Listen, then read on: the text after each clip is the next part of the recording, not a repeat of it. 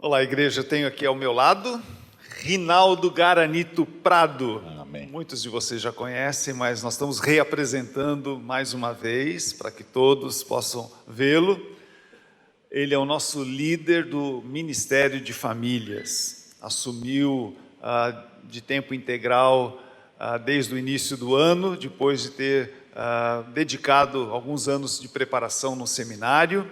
Ele é casado com a Rose, tem 2 filhos rapazes e ele está estreando no púlpito da igreja. Então nós queremos dar as boas-vindas a ele, deixá-lo bem tranquilo, né? Vocês estão calmos, não estão? Se eles estão calmos, você também pode ficar tranquilo. Vocês estão, está ótimo. Perfeito. Rinaldo, Deus abençoe. Nós queremos orar por você, por nós, para que Deus use a sua palavra. Amém. Querido Deus, muito obrigado pela vida do Rinaldo. Amém, Jesus. Porque o Senhor tem chamado para esse ministério e nós queremos agora colocá-lo nas tuas mãos, que o teu Espírito Santo o conduza no abrir da sua boca, ao explicar da tua palavra, e que nós possamos aprender de ti através do teu servo Rinaldo. Em nome de Jesus. Amém. Amém. Deus o abençoe. Obrigado, pastor. Bom dia, irmãos, graça e paz. Eu ia pedir para ele ficar aqui comigo, mas ele foi embora, né? Não tem jeito. O pastor Eduardo comentou comigo ali há pouco, quando o pastor Maurício disse que os africanos não dizem bom dia, mas falam acordou. E ele me perguntou, você acordou? Eu falei assim, eu não dormi à noite, pensando nessa pregação. Então, na realidade, eu vou precisar muito me conectar com os irmãos e preciso da sua ajuda, né? Não tenho tanta experiência na pregação assim, para tanta gente, mas eu peço a sua paciência e atenção, porque tem aqui um recado do Senhor, para todos nós, para as famílias, para os pais, para as mães, filhos e, como o pastor Alexandre comentou, até mesmo os avós, os tios. Eu quero iniciar enfatizando, de maneira bastante clara, o que o pastor Alexandre comentou no início como sendo o tema, o motivo deste culto. O mordomo fiel, ele cuida bem do seu lar para o seu próprio benefício, para o benefício dos seus e também para a glória de Deus. É por isso que o mordomo fiel deve cuidar do seu lar. O meu propósito aqui nesta manhã é que você entenda que no lar onde há temor a Deus, onde há colaboração de todos, ou seja, onde todos trabalham como uma equipe coesa e unida, onde relacionamentos são priorizados e desenvolvidos, os membros desse lar são abençoados, o mundo é impactado pelo bom testemunho dessa família e Deus é glorificado. Eu vou ler de novo este propósito. Meu propósito é que você entenda que no lar onde há temor a Deus, onde todos trabalham como uma equipe unida e coesa, e onde relacionamentos de amor são priorizados e desenvolvidos, os membros desse lar serão abençoados, o mundo será impactado e Deus será glorificado. A minissérie Mordomos acabou, na realidade, na semana passada, né? E hoje nós estamos fazendo uma extensãozinha dessa minissérie. Mas ela terminou, de fato, na semana passada. Mas na vida do discípulo que faz discípulos, na vida daquele que é chamado para gentilmente desenvolver os frutos ou o fruto do Espírito Santo na sua vida, a mordomia nunca acaba. Na vida do crente, a mordomia nunca acaba. Por quê? Porque entendemos e aprendemos ao longo desses domingos que se passaram aí, que tudo o que temos, tudo o que somos e tudo o que nos é dado pertence a Deus, é de Deus. Então, Ele, por ser o dono de todas as coisas, tem todo o direito sobre todas essas coisas. Tudo é dele, tudo é por Ele, tudo é para Ele, nada é nosso, nada é nosso. Nós percebemos ao longo dessas mensagens que tivemos, que nós somos apenas mordomos, apenas servos do Senhor. E a pergunta que fica é essa: temos sido mordomos fiéis ou infiéis? Temos sido mordomos bons ou maus mordomos?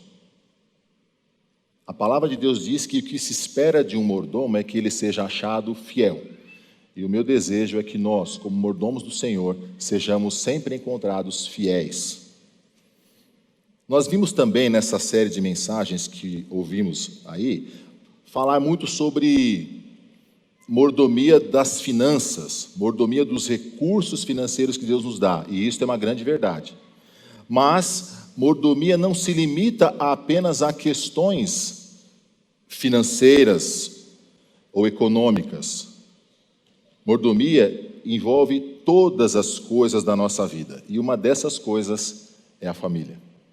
É a minha família, é a sua família, é o nosso lar. Tudo o que temos vem do Senhor, inclusive as famílias. A nossa família vem do Senhor, Ele nos deu, e portanto é nossa responsabilidade cuidar bem dessa família que Ele nos deu.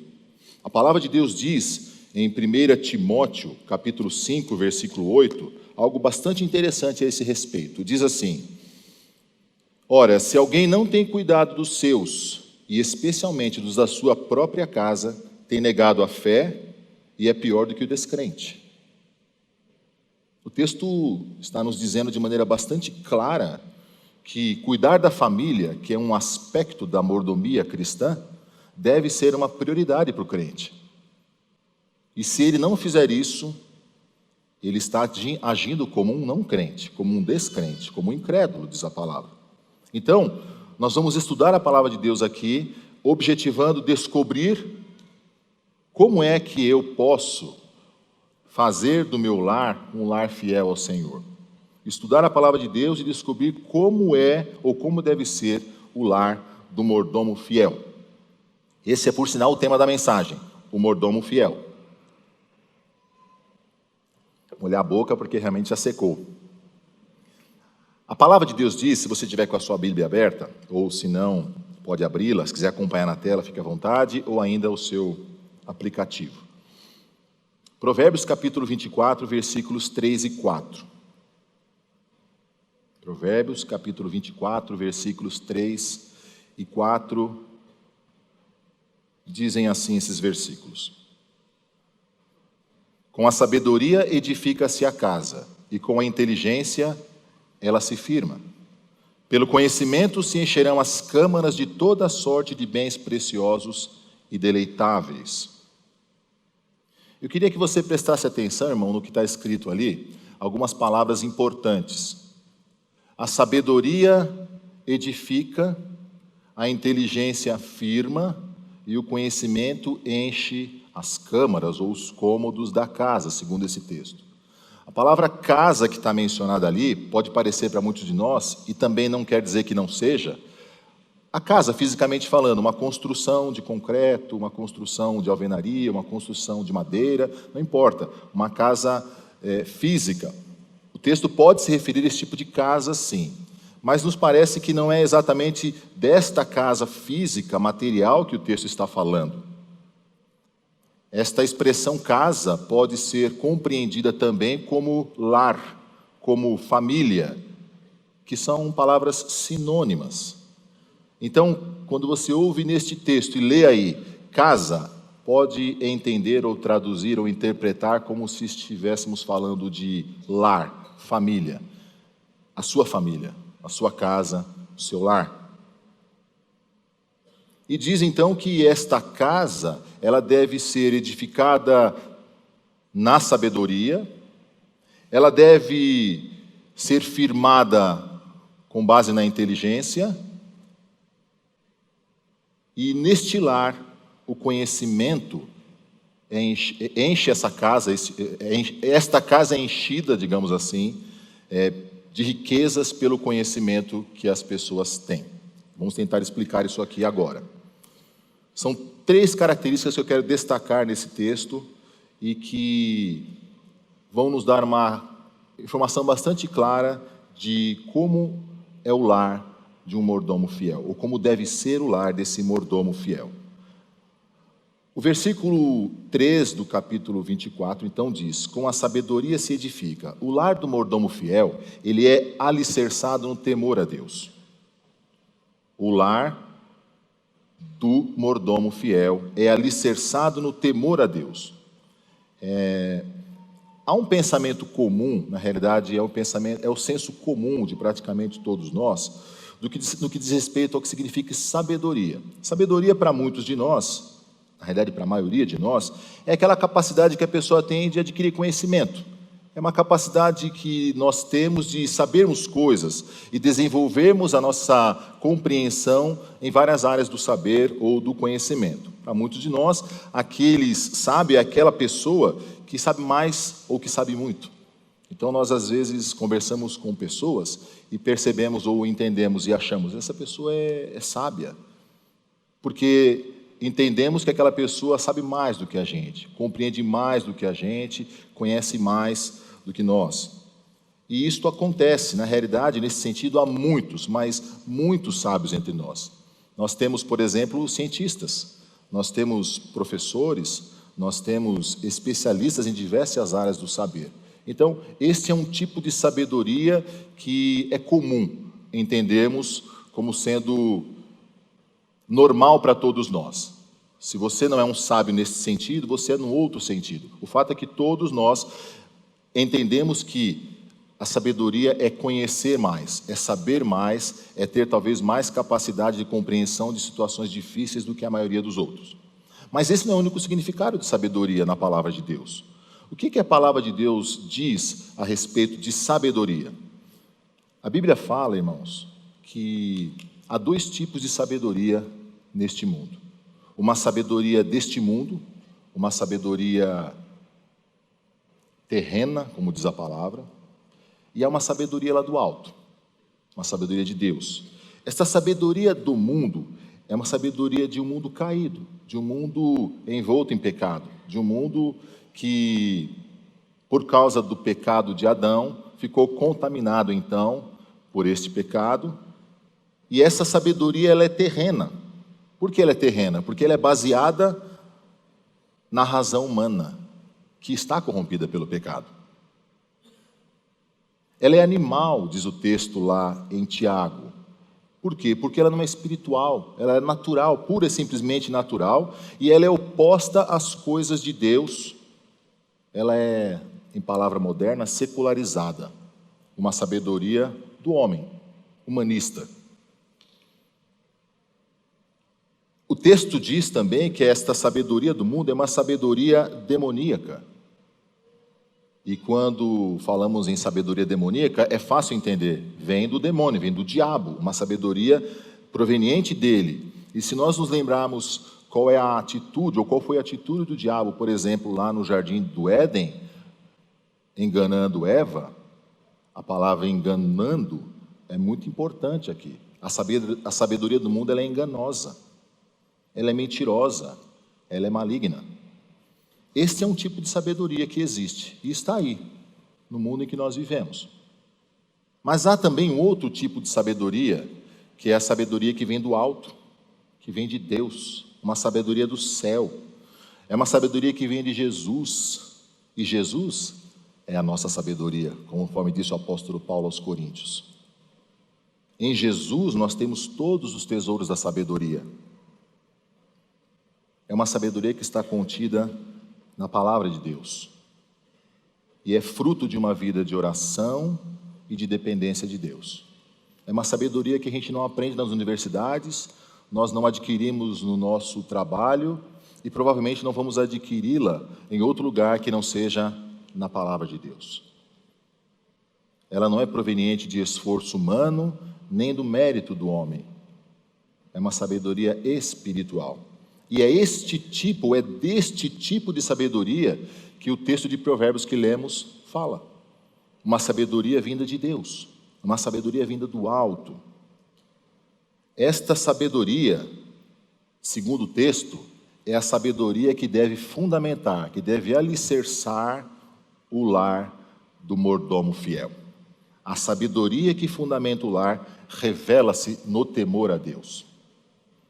Essa palavra sábio, de acordo com o texto original da palavra de Deus, significa percepção, discernimento profundo das coisas. Significa uma maneira de pensar uma atitude que resultam de uma vida prudente e sensata. É dessa sabedoria que o texto fala. E a palavra de Deus nos ajuda a entender um pouco mais, expandindo esta compreensão, dizendo o que é esta sabedoria. Ser sábio, segundo disse Jó, no livro de Jó, capítulo 28, versículo 28, ser sábio, irmão, é temer a Deus. Eis que o temor do Senhor é a sabedoria. Não diz pode ser, talvez seja, quem sabe seja, mas diz que o temor do Senhor é a sabedoria. E o apartar-se do mal é o entendimento. Quem teme a Deus é sábio. Agora, quem não teme a Deus, naturalmente, obviamente, não é sábio. E a Bíblia fala que aquele que não é sábio é tolo. Uma pessoa pode estar cheia de conhecimento e ainda assim comportar-se de uma maneira tola. Pode ser sábio segundo os padrões deste mundo, mas de acordo com a orientação da palavra de Deus, se mostra tolo. Ser tolo é conhecer a verdade e comportar-se de maneira contrária a essa verdade. Isso é tolice. É sabermos o que é certo, é sabermos o que devemos fazer porque aquilo é certo e é verdade, e mesmo assim não fazemos. Este é o comportamento de um tolo. E infelizmente, meus irmãos, há muita tolice, e eu poderia colocar entre parênteses essa expressão tolice, há muito pecado, mas há muita tolice ocorrendo em nossos lares, como resultado da falta dessa sabedoria do alto. Muita tolice.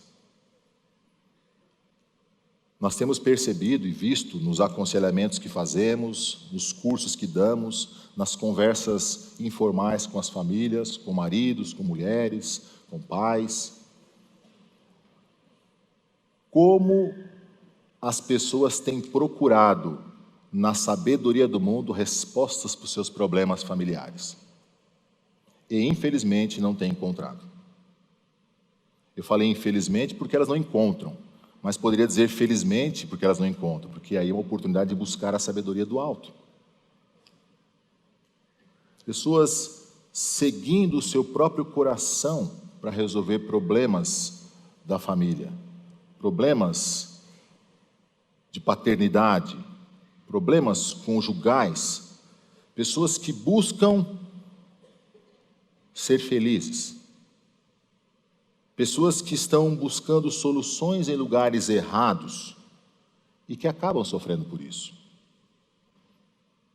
E não sofrem pouco, por falta de sabedoria do alto, por acharem que vão encontrar neste mundo caído, cuja sabedoria é animal, terrena e demoníaca, solução para o seu problema, por exemplo, espiritual. Eu não coloquei esse texto que eu gostaria de ler aqui, rapidamente, no meu esboço, mas eu queria ler para os irmãos, que alerta bastante para a gente sobre isso que eu estou dizendo. O que faz a falta de sabedoria do alto na vida de um povo, de uma família, de uma pessoa? Isaías capítulo 5, versículos 12 e 13, dizem assim: harpas, liras, tamborins, flautas e vinho há em suas festas, mas não se importam com os atos do Senhor, nem atentam para as obras do Senhor. Portanto, o meu povo vai para o exílio por falta de conhecimento, por falta de sabedoria. Ai, versículo 21 do mesmo capítulo, ai dos que são sábios aos seus próprios olhos e inteligentes em sua própria opinião. E parece que é isso que tem acontecido muitas vezes. Temos buscado, por falta de entendimento, de sabedoria, respostas nos lugares errados. O livro de Oséias, um profeta também do Velho Testamento, diz assim, capítulo 4: meu povo foi destruído por falta de conhecimento, por falta de sabedoria.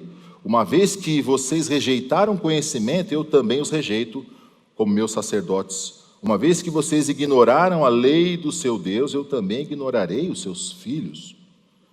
É interessante.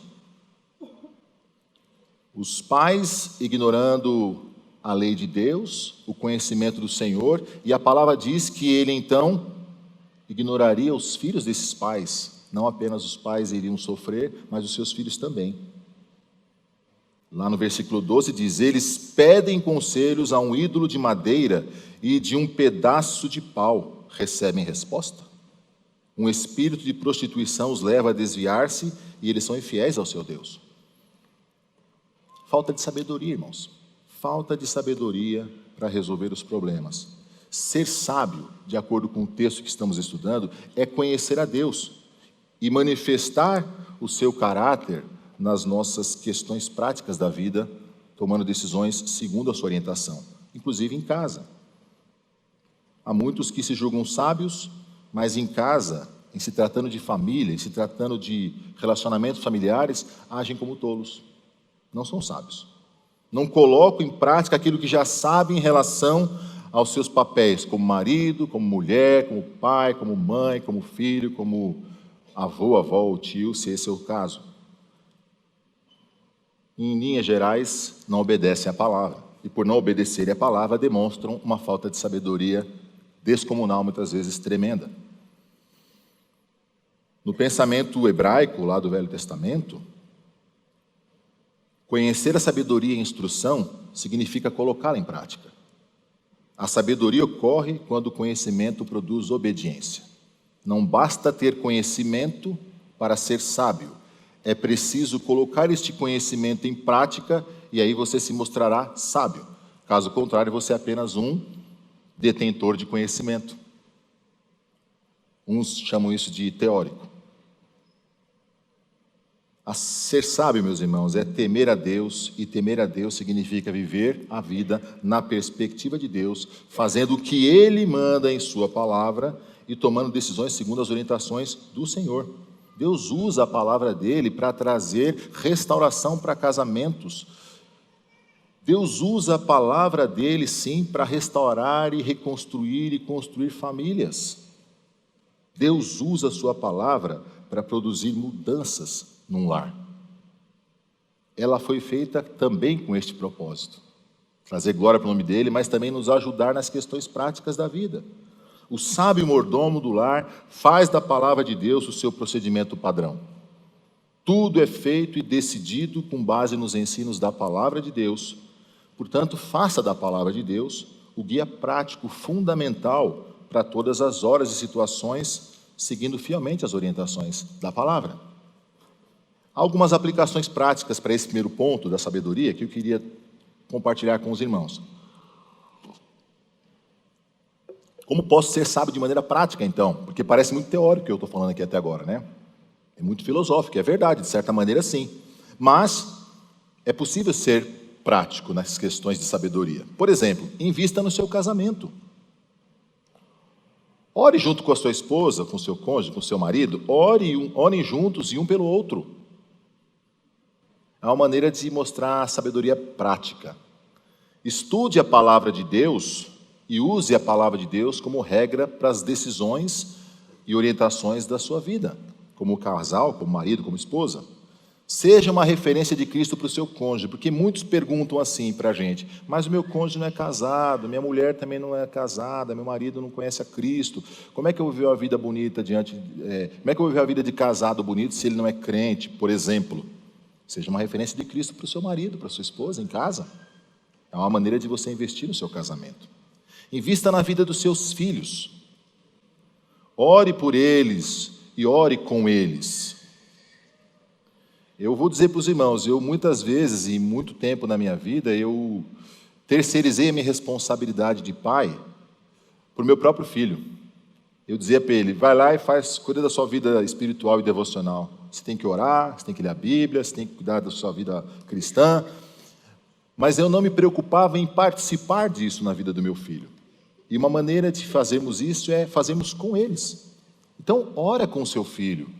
Não ora só por ele, mas ore com ele, chame ele para uma oração, para ler a palavra de Deus junto com você. Discipule seu filho. É um privilégio discipular os nossos filhos. Na realidade, é uma responsabilidade que o Senhor nos dá. Não terceirizar a responsabilidade que temos de fazermos discípulos mas assumimos para nós a responsabilidade, assumir o compromisso de discipular os nossos filhos e ensiná-los os caminhos do Senhor. Invista tempo de qualidade com seus filhos. Saia com ele, converse com ele. Há uma expressão no curso Educação de Filhos à Maneira de Deus, que damos aqui na igreja já há muitos anos, que diz que os filhos, vez por outra, para não dizer muitas vezes, vão abrir janelas do coração para que os pais possam saber o que está acontecendo lá dentro e, a partir daí, então, ajudá-lo na caminhada. Para que isso aconteça, você precisa investir tempo com ele, você precisa sair com o seu filho, conversar com ele, gastar tempo com o seu filho, porque isso é uma maneira de mostrar que você está sendo um pai e uma mãe sábia. Filhos, criem vínculos com seus pais e com seus irmãos.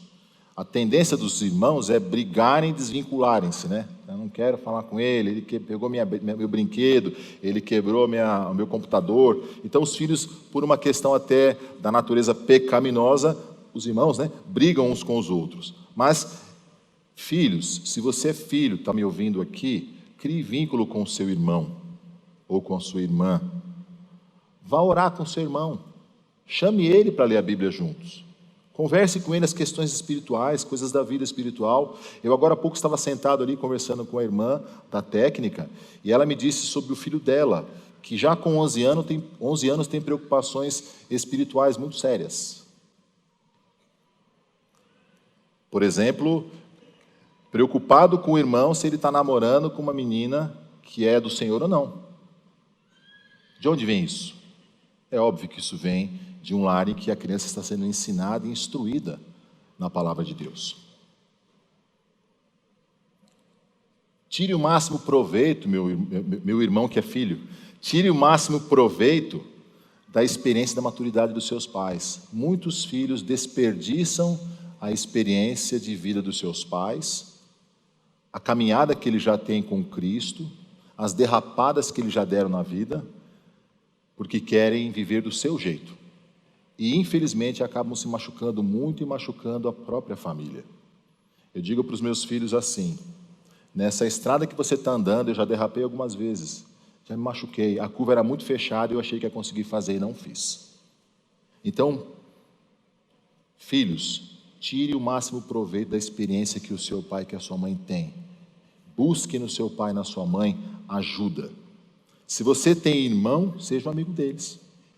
Uma outra maneira de você mostrar sabedoria de maneira prática na sua casa é estimulem-se ao crescimento mútuo. Façam devocionais discipulado em família. Alguém poderá pensar, mas isso é coisa do século passado, Reinaldo, coisa de quadrado, fazer culto do lar, culto da família, um chama de culto doméstico. Eu não estou dizendo que você tem que colocar um púlpito na sala da sua casa e dizer para o seu filho e sua esposa sentarem à frente e começar a cantar um hino e fazer uma pregação como essa, por exemplo. Não é isso que nós estamos falando. Mas a família precisa se reunir em torno da palavra, se reunir em torno das coisas do Senhor. A família precisa estar junta na mesma página no que diz respeito às questões espirituais. E isso só acontece num contexto de pararmos para fazer.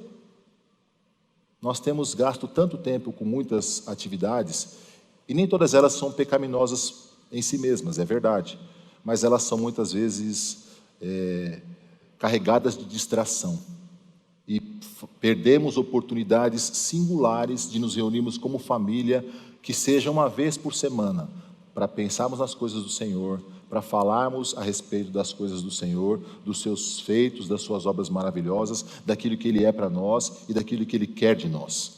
Isso acontece em contexto reservado, que eu chamo, da família, né? Desenvolva então o hábito de adorar a Deus em família. Além de vocês conhecerem mais a Deus, vão certamente fortalecer os laços entre todos. E isto é muito importante. E tomem decisões sábias. Já falamos de sabedoria, né? Toma uma decisão sábia. Decisão sábia é uma decisão que está alinhada com o cumprimento dos planos de Deus, dos propósitos dele para a família. Se a decisão não estiver alinhada com os planos de Deus para a sua família, provavelmente ela não seja uma decisão sábia. Então, decisões sábias devem ser decisões alinhadas com o cumprimento dos planos de Deus para a família. E quais são esses planos? Nas palavras de um professor do seminário, espelhar a imagem de Deus para um mundo caído e espalhar a sua glória neste mundo. Este é o plano de Deus para as famílias. Deus não tem outro propósito para a família a não ser torná-lo conhecido em toda a terra. Tenho ouvido muitas pessoas que me procuram dizendo assim: eu achei que eu ia casar para ser feliz e não sou feliz no casamento. E a resposta é essa: você procurou a felicidade no lugar errado, porque casamento não foi feito e criado ou inventado por Deus para nos fazer felizes, talvez para nos fazer mais santos, mas não mais felizes. A felicidade vem no pacote, né? Se você é mais santo, naturalmente você será mais feliz, ainda que não segundo aos olhos deste mundo, mas será mais feliz aos olhos do Senhor. E essa felicidade não tem preço. Essa felicidade você não quer perder por nada. O segundo ponto desse texto que estamos estudando é que o lar do mordomo fiel é fortalecido com a colaboração de todos. Versículo 3, a parte B diz: e com a inteligência, ela, a casa, o lar, a família se firma. Sobre o fundamento do temor a Deus, os sábios edificam a estrutura do lar por meio da colaboração ou do trabalho de todos. Esta palavra inteligência, no seu significado original, sabe o que é? Se arrisca a pensar o que é? Esta palavra inteligência no original, sabe o que é? É isso que você está pensando, irmão, inteligência. É isso mesmo. É inteligência, discernimento, entendimento das coisas. Inteligência, no caso específico, é inteligência para gerar e gerir recursos. Deus nos dá a capacidade para gerar riqueza, gerar recursos, e nos dá também a capacidade, a inteligência, a sabedoria para gerirmos, administrarmos esses recursos. E a palavra firmar, porque o lar então ele é firmado com inteligência. Essa palavra firmar tem a ideia de formar algo ao longo do tempo, colocar as coisas em ordem. Em alguns contextos, essa palavra expressa a ideia de colocar algo de volta na posição original, restaurando algo que antes estava apoiado, mas perdeu esse apoio, caiu, ficou torcido, ficou bagunçado. É esta a ideia de firmar. Então, no contexto do lar, trabalhar para firmar a casa com inteligência diz respeito, de maneira prática, gerar renda, manter os bens, conservar tudo em funcionamento, evitar o desperdício, economizar. Todos os membros da família devem contribuir para a boa administração do lar com essa inteligência que Deus nos dá. Parece que quando pensamos em inteligência, pensamos só em modo acadêmico, mas não é só isso, não. Na realidade, este modo acadêmico, se não se tornar prático, ele é muitas vezes desperdiçado por nós, né? Precisa ser prático. E todos os membros da família, então, devem contribuir para a administração do lar. Traga os seus recursos financeiros para casa. Quantas histórias nós ouvimos de pessoas que não trazem os recursos financeiros para casa, levam para outro lugar? Falta de sabedoria. Traga os recursos financeiros para a sua casa, para quem trabalha naturalmente. Para quem não trabalha, mas também para quem trabalha, assuma compromissos ou responsabilidades práticas operacionais da casa. Aqui é um ponto de tensão. Não sei na casa de vocês, na minha casa, no meu lar, é assim muitas vezes. Quando um não faz aquilo que é sua responsabilidade fazer, e o outro acaba tendo que cumprir aquele compromisso, ou assumir aquela responsabilidade, gerou um ponto de tensão. E as pessoas começam a se ralhar, né? Começam a brigar, porque um não fez o que tinha que ser feito, deixou para o outro, aquele ficou sobrecarregado, e isso é em todas as áreas. Pode ser um simples serviço prático, como lavar a louça, como também pode ser uma coisa mais séria, como, por exemplo, você fazer dívidas e o outro vai ter que pagar porque você foi responsável na dívida que você fez. O fato é que todos podem fazer alguma coisa para reduzir a tensão no lar e colaborar para o seu fortalecimento. O lar é fortalecido quando cada membro da família faz fielmente o que deve ser feito por ele e quando cada um cumpre a sua responsabilidade. Se não fizer, sabe o que vai acontecer? Dificuldade no relacionamento. A casa vai sofrer, começam as brigas, começam os desentendimentos, e esses desentendimentos e brigas comprometem os relacionamentos. Então você tem que decidir, como mordomo fiel, a cumprir as suas responsabilidades sem falhar, sem esperar recompensa, sem querer reconhecimento, sem fazer barganha para assumir aquilo que já é sua responsabilidade prevista. E por falar em relacionamentos, tem umas aplicações práticas desse ponto rapidamente. No que diz respeito à questão de todos devem colaborar no lar.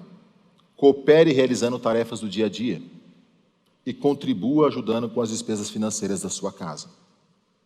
A simples prática de cada um fazendo aquilo que deve ser feito e de colaborar com o outro fortalece o relacionamento, irmão. Parece absurdo o que eu estou falando, mas é verdade. A simples ação, atitude de fazer aquilo que se espera de nós no âmbito da casa fortalece o relacionamento e evita muitas e muitas brigas e discussões. E falando em relacionamentos, vamos à terceira e última, então, característica de o lar do mordomo sábio. O lar do mordomo fiel é enriquecido por relacionamentos de amor. O versículo 4 diz: pelo conhecimento se encherão as câmaras de toda sorte de bens preciosos e deleitáveis. Os sábios desenvolvem relacionamentos de amor que enriquecem o lar. Esta palavra conhecimento ou conhecer aí tem uma ideia em outros textos da palavra de Deus, especialmente no Velho Testamento, porque o texto está lá, um conhecimento profundo que Deus tem de cada pessoa. É a mesma palavra que foi usada, por exemplo, em Salmo capítulo 1, versículo 6, quando diz: o Senhor conhece o caminho do justo, conhece profundamente, conhece intimamente o caminho do justo. O Senhor conhece o dia dos íntegros, diz o Salmo 37, versículo 18. Essa palavra também é usada em alguns outros contextos, referindo-se à relação sexual, relação íntima do casal. É a mesma palavra que usamos em Provérbios aí, que vemos em Provérbios. Uma palavra que dá a ideia de intimidade profunda. Um mais alto grau de conhecimento que uma pessoa pode ter da outra. E a Bíblia fala então que os sábios, pelo conhecimento, encherão as suas casas. Que conhecimento é esse? O conhecimento mútuo. Conhecimento de um para com o outro. Diz que quando nós nos conhecemos a ponto de nos amarmos profunda e intimamente, como diz o texto aqui, nós alcançamos prosperidade. Quando lemos esse texto, dá a impressão que ele está falando de prosperidade financeira, né? As câmaras, os cômodos da casa vão se encher toda sorte de bens preciosos e deleitáveis. Agora, quem disse para mim e para você que bens preciosos e deleitáveis são apenas bens materiais? Não me parece que é isso que o texto está dizendo. O texto está dizendo que, ao invés de objetos de valor enchendo os cômodos da casa, é bem provável que estejamos observando uma situação de bens preciosos e deleitáveis como sendo outras coisas mais duradouras que os bens duráveis, mais satisfatórias que os prazeres que este mundo pode nos oferecer pelos bens que conseguimos adquirir. E certamente que preenche o vazio que há em muitos relacionamentos entre marido e mulher, entre pais e filhos dentro de casa. Que tal se ao invés de bens materiais, e você pode pensar em quaisquer um deles, talvez você até os tenha, como eu também tenho alguns, que tal se ao invés de pensarmos em bens materiais, entendêssemos esse texto como sendo da perspectiva das lembranças felizes, das atitudes positivas e íntegras de um para com o outro dentro de casa, dos sentimentos de afirmação, da aceitação e da estima de um para com o outro, do respeito mútuo, dos bons relacionamentos e do caráter piedoso? Que tal se interpretássemos assim? Parece que faz mais sentido. Até porque há muitas casas que têm muitos bens materiais e estas virtudes que eu mencionei agora estão ausentes. Então, a interpretação mais segura, acredito, desse texto é entendermos que Deus não está falando para a gente que nós vamos encontrar relacionamentos ricos por causa dos bens que temos ou porque temos esses bens. Os relacionamentos ricos, eles transcendem os bens que temos. Eles dizem respeito a eu e você. Eu e você, minha mulher, eu e você, meu marido, eu e você, meu filho, irmãos. E aí fica uma pergunta. Será que nós estamos nos preocupando em conhecer bem os membros da nossa família? A esse ponto? Todo dia é tempo de você conhecer um membro da sua família mais e melhor. Esta semana eu tive a oportunidade de conhecer um pouco mais o coração de um dos meus filhos e percebi que precisa de ajuda. Coisa que eu achava que já sabia e que estava resolvida, mas não está. Eu aprendi esta semana que eu vou precisar conhecer melhor o meu filho, para ajudá-lo na caminhada, para treiná-lo, para instruí-lo nos caminhos do Senhor, para que ele não cometa os erros que eu cometi. Esse é o bem mais precioso. Conhecer os nossos queridos, investir na vida deles. De maneira prática, seja intencional em seus relacionamentos familiares. Queira estar com seus filhos e com seu cônjuge. Relacionamentos requerem tempo, disposição e dedicação.